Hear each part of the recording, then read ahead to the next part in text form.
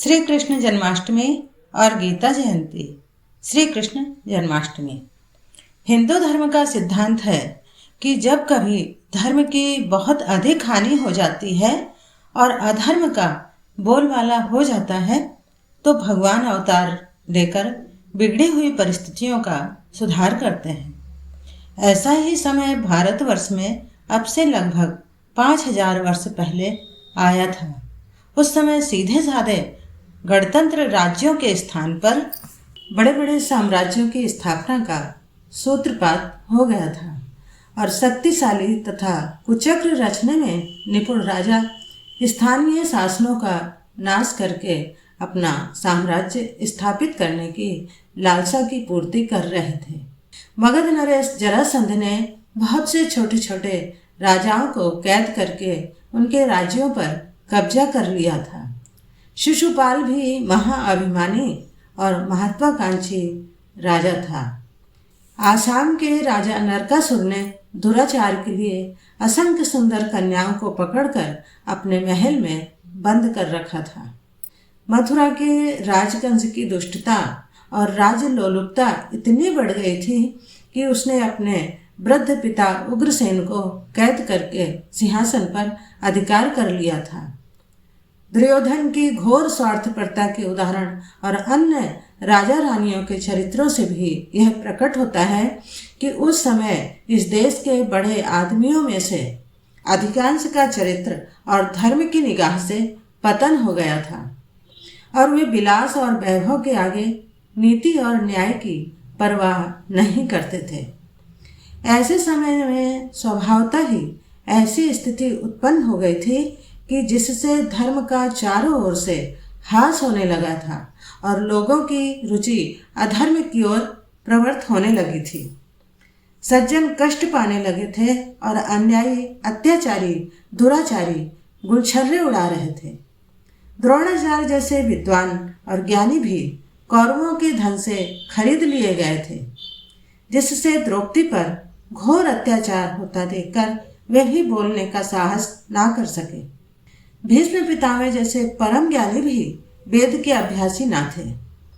ऐसे संकट के समय में किसी महान विभूति के आगमन की आवश्यकता थी, जो अधर्म का नाश करके पुनः धर्म की स्थापना करे।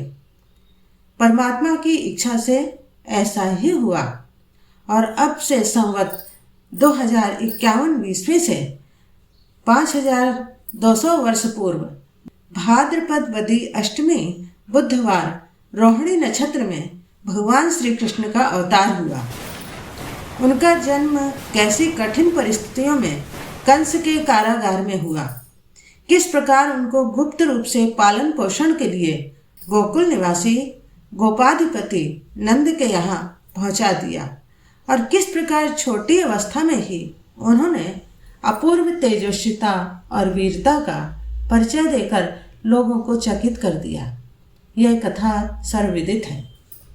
बाल अवस्था ही नहीं, भगवान कृष्ण का समस्त जीवन ही अन्याय का प्रतिकार और न्याय की रक्षा करने में बीता था। उनके चरित्र से हम भी जो सबसे बड़ी शिक्षा ग्रहण कर सकते हैं वह यही है कि हमको किसी भी प्रलोभन या भय के वशीभूत होकर अन्याय के सम्मुख सिर नहीं झुकाना चाहिए, फिर चाहे वह अन्याय किसी एक व्यक्ति को हो या समाज का हो या राज्य का हो। इतना ही नहीं, अगर अन्याय करने वाला अपना सगा भाई बंधु व रिश्तेदार भी क्यों न हो, अगर वह अधर्म के मार्ग पर चलता है तो उसका विरोध करना हमारा कर्तव्य है।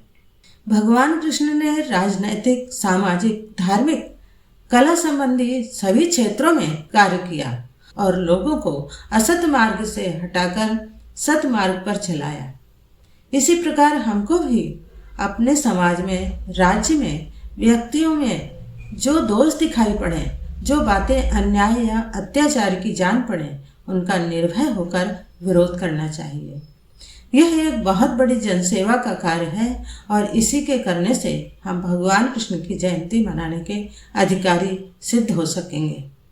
इस समय संसार की जैसी परिस्थिति हो रही है उसमें भगवान कृष्ण के उपदेशों को समझना और तदनुसार कार्य करना और भी आवश्यक हो गया है। दुनिया के अधिकांश देशों में साम्राज्यवाद का बोलबाला है और वे कमजोरों को दबाकर अपना अनुयायी बनाना चाहते हैं।